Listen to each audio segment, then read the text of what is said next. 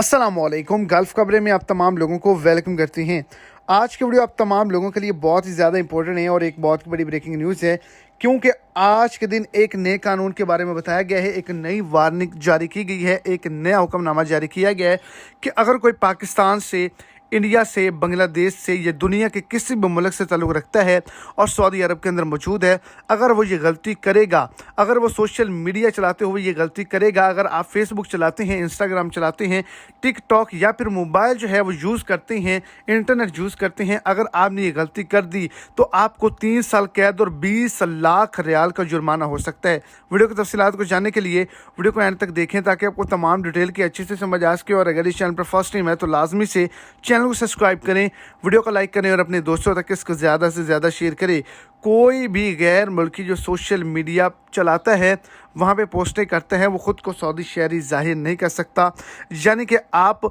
Saudi Arabia के अंदर जो उनके ट्रेडिशनल लोग जो उनके सऊदी शहरी लिबास पहनते हैं, वो पहन कर अरबी ज़बान में उनके लहजे में सोशल मीडिया पर कोई भी वीडियो बनाकर अपलोड नहीं कर सकते, नहीं तो आपको 3 साल कैद और 20 लाख रियाल जो है वो जुर्माना किया जाएगा।